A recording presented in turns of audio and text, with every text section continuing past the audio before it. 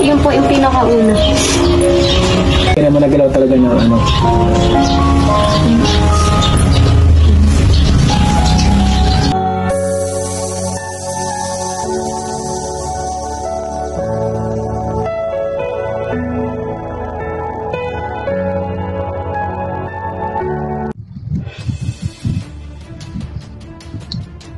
Ayan.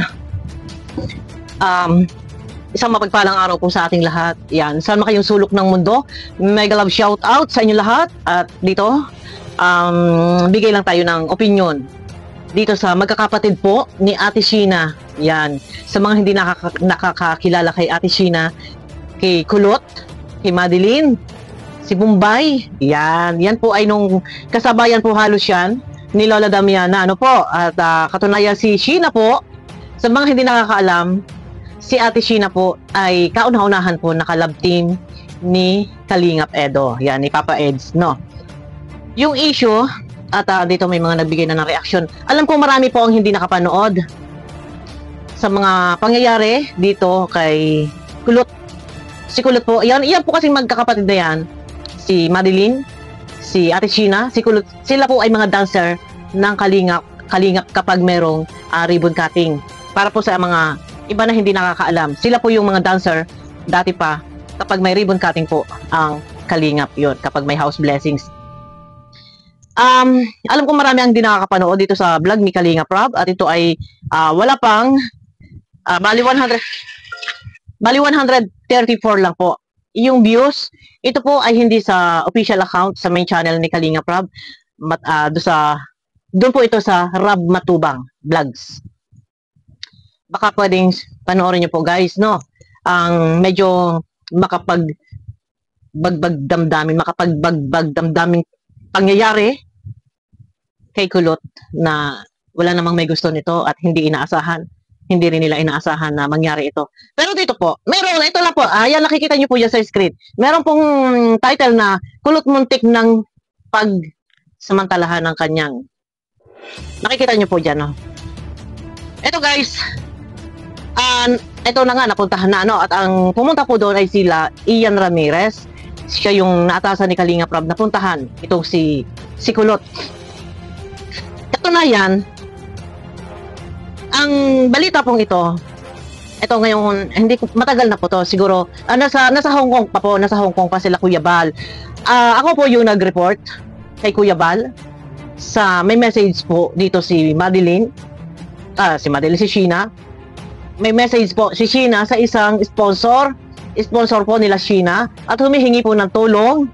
So hindi ko ito ilalagay dito sa screen at kasi kumbaga privacy ito nila, sa bagay na pag-usapan naman na, pero ibig sabihin private conversation po kasi ito.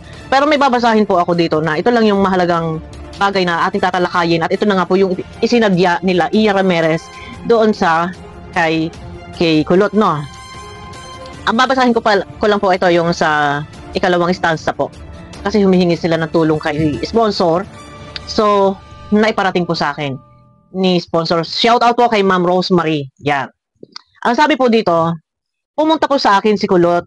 Ito po message ni Ate Sheena kay sponsor po. Ang sabi niya po dito, pumunta po sa akin si Kulot ngayong gabi umiiyak. Tinatanong ko kung bakit at anong nangyari. Sabi po niya, munting na daw po siyang galawin ni Papa nila. Yeah. Sabi po niya, munting na daw po siyang galawin ni Papa kagabi. Buti daw po at nagising siya. Yun. So may gagamitin din tayong video clip, guys. Ito po yung video clip. Likha po nila Kalingap Ian. Sila po yung nag-interview and na-upload po sa YouTube channel ni Kalingap Rob sa Rob Matubang Vlogs. Ito po, guys. Ano ba nangyari? Ano ba yung Okay mo kasi... Di ba yun alam niya yung Buninay? Wala nakakaalam? Sila ate mo lang. O bakit anong nangyari doon? Nag-usap kayo ni Papa mo? Opo. Pinag-usap po kami ng Ate Sheena po. Nag-ano po si Papa, sabi po ni Papa, maayos daw po siya sa bahay. Kaso nga po, para daw po makauwi ako doon. Tapos sabi ko po na kay ate na makauwi na lang ako sa bahay para si Papa po wag na mag-alis. Kasi po, siya rin po kasi yung iniiwan namin. Siya po ang naiiwan sa bahay para magtingin-tingin kay Bombay. Kumbaga, ayaw mo din umalis si Papa mo doon. Ano ka ba ganun? Natulog ka. Ano pa ako yun nang tulog pa ako yun.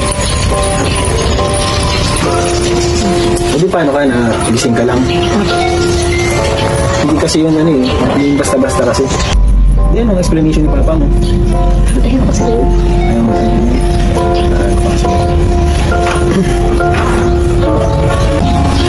Hindi man po kasi talaga totally ganun si Papa kahit po kasi nalalak. Ngayon na po talaga ang taon. Tsaka yun po yung pinakauna. Ganun sabi ng mga kapatid mo. Wala man po. Kaya naman nagalaw talaga na ano.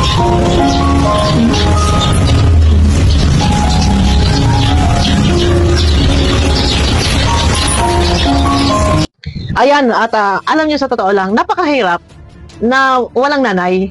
Yan, bakit tayo maiyak dito? Sa totoo lang, napakalaki ng papel ng isang ina sa isang tahanan. Ano po? Di ba, may tinatawag na ilaw na tahanan and haligi ng tahanan.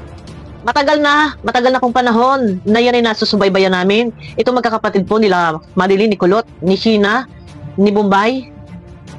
Matagal na po iyan.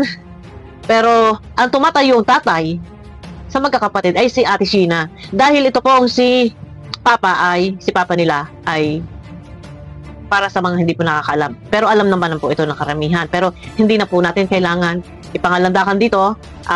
Pero mababanggit, ang Papa po nila ay kumbaga alam nyo na yan. Hindi siya malaya before. Yon, sa madaling salita. Hindi siya malaya. And ang ginagawa nito magkakapatid, dinadalhan na lang doon na pagkain, dinadalaw. Hindi siya malaya, no. Kasi meron siyang nilabag sa batas, no. Alam niyo naman na yan siguro, alam na ng karamihan. Hindi na natin kailangan ipangalandakan dito kung ano ang dahilan, bakit hindi nila kapiling ang kanilang tatay. Kasi meron siyang pananagutan sa batas. So, ang kanilang nanay naman po ay sumakabilang buhay na. Ito po para lang sa kaalaman ng lahat. Yung mga bago pa lang salta sa Kalingap, ano po, na hindi nasubaybayan ang kwento ng buhay nito magkakapatid, no. Sa mga solid Kalingap at matagal na, alam nila yan, alam nila yung mga kwento ng buhay nito. Ito na, muntik na daw. Ito meron naman tayo resibo. At katunayan, ang resibo pong ito, nung time pong ito ay binigay na sa akin, wala po sila Kuya Bal na sa Hong Kong. So, hindi ko alam kung kanino ko po isisend. Hindi ko alam kung kanino ko ipararating para sana agad-agad ay mapuntahan doon. Pero napuntahan po nila Benty Boy. Pero hindi ko po na-report kay Benty Boy. Mas minabuti ko po i-report ko muna kay Kuya Bal and pina-actionan ni Kuya Bal dito kay Kalingap Rab sa ibang kay boys na puntahan. At dahil ayun nga muntik na pagsamantalahan, no. Ang akin lang dito, nakakaawa itong si Kulot.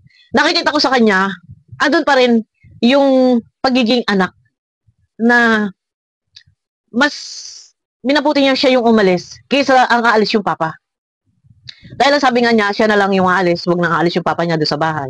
Na si Kulot po ay nasa poder ni Ate Sheena na. Sa ngayon si Ate Sheena kasi ay nag-asawa na at may isang anak. Ang akin lang dito, ang tagal mong hindi nagampanan yung obligasyon mo bilang tatay sa iyong mga anak.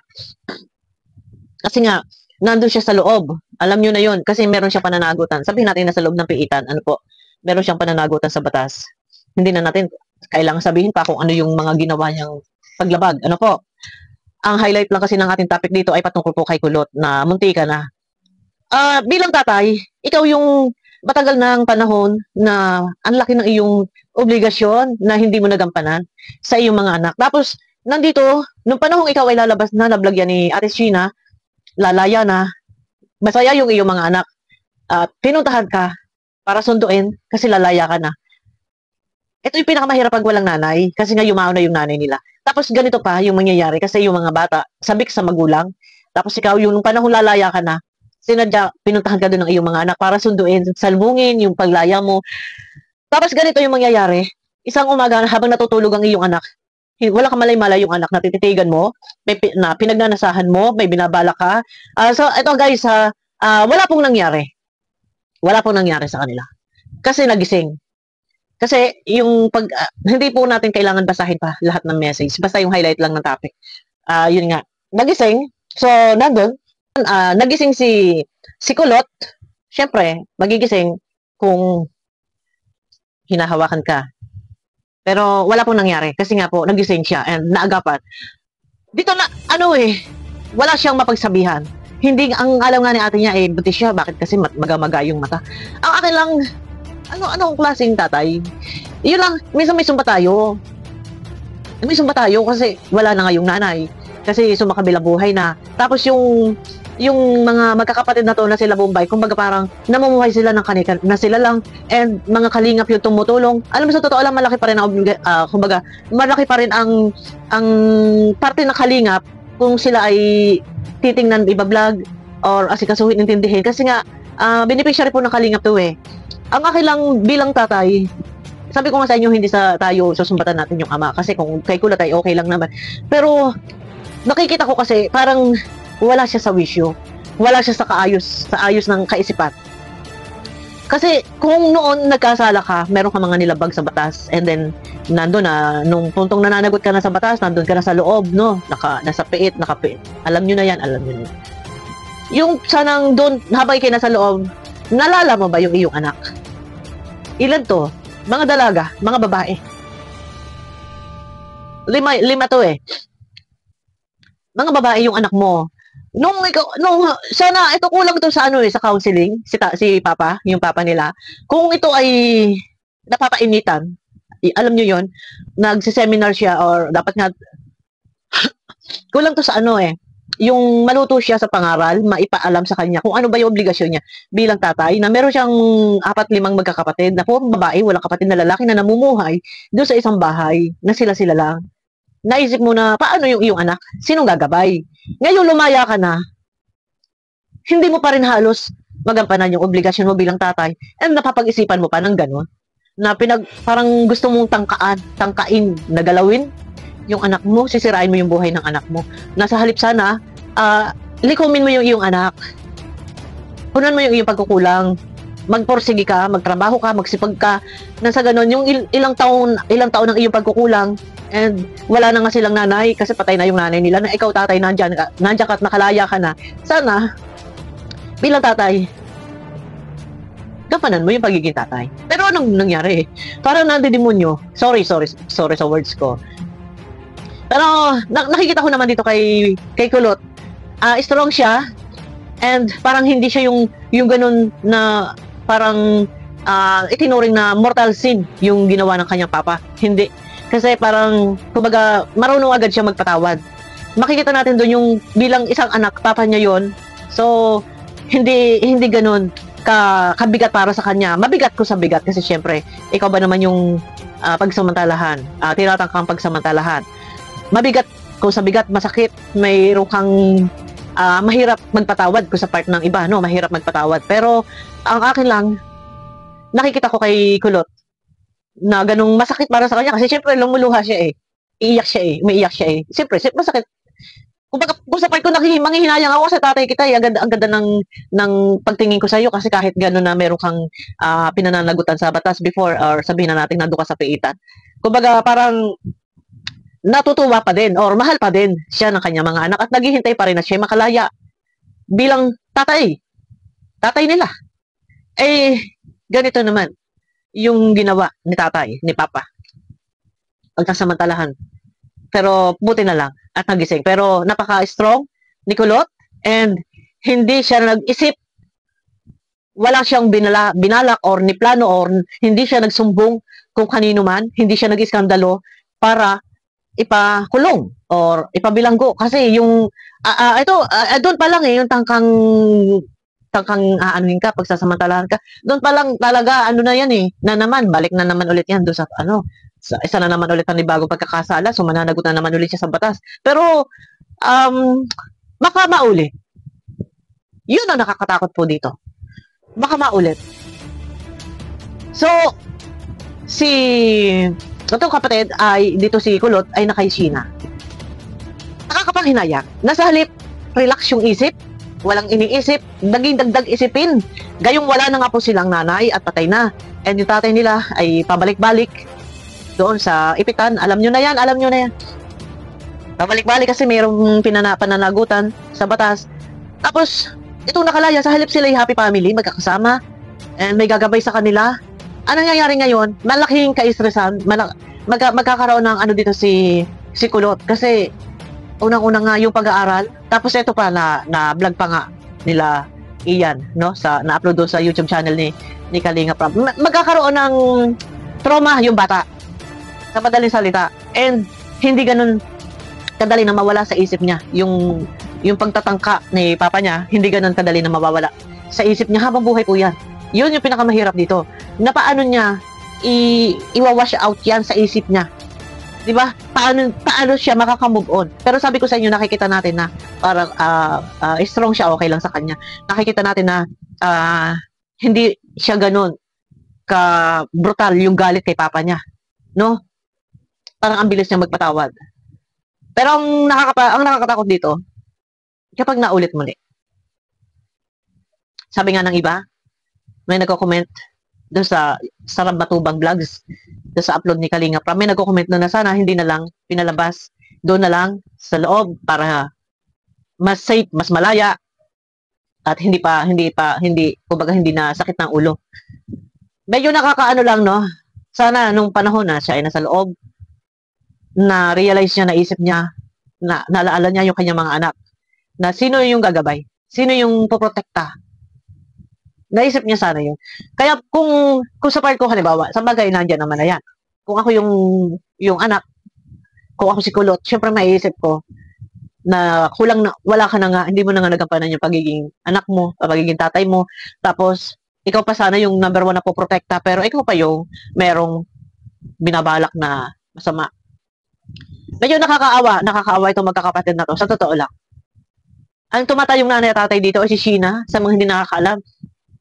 Si Sheena po ay dating kalabti po ni Edo. Siya po yung kauna-unahan. And si Bombay po ay kay Oyang. Yan. Sa mga hindi nakakakilala na po, si kalabti po ni Bombay ay si Oyang. Pero yun na, siguro, ang kailangan dito talaga ay si Sheena na. Nasa poder na niya ang kanyang mga kapatid na babae. Nag-asawa kasi si Sheena at nagkaroon ng anak Pero hindi naman po pwede na itong mga kapatid niyang babae ay doon habang buhay, hanggat walang asawa sa poder ni Sheena. Dahil mahirap. Kaya ang nakakaawa din itong magkakapatid na to. Pero sana nga si Sheena, ayan, intindihin mo, tingnan mo yung mga kapatid, kasi hindi natin nasasabi yung panahon. Mismong ibang tao nga ay may mga luko-luko, merong mga binabalak na masama sa kapwa. Pag gusto ay gagawa ng paraan, kahit anong padlak ng bahay mo, pag gusto ay talagang wawasakin yan. Pero paano nga kung mismong nasa loob po ng bahay ang gustong gumawa ng hindi maganda? No. Ayan, yung report na yan po ay matagal na po yan. Nasa Hong Kong pa po sila, Kuya Bal. Siguro may 1 week, mga 10 days na. Pero hindi po agad ito na-actionan. Kasi nga po sila, Kuya Bal, ay nasa Hong Kong, sila Kalinga Prab. So, pagdating sa mga bagay na to, hindi ko naman po maipasa sa iba dahil baka, siyempre, kailangan sa pangunguna muna nila, Kuya Bal, ni Kalinga Prab. And alam kong safe naman na si Kulot at nandun na sa poder ni Sheena. And napuntahan na nga daw po. Napuntahan nga nila 20 Boy, pero hindi po na-topic yung patungkol sa mga bagay na to.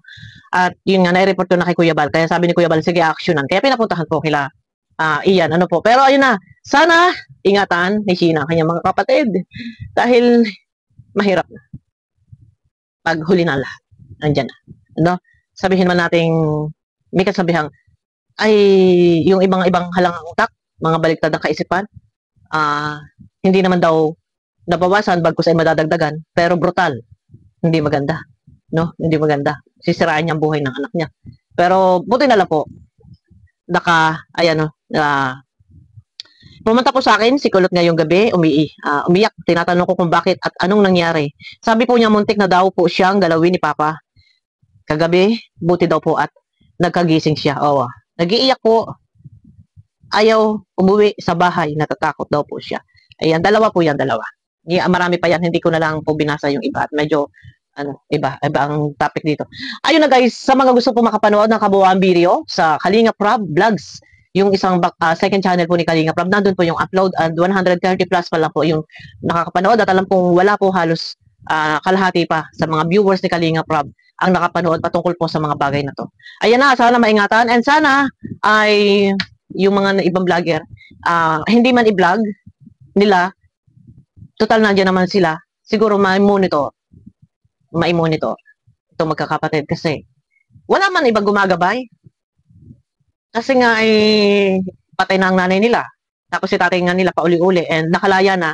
Ito naman, ganito naman. Nagising si Kulot.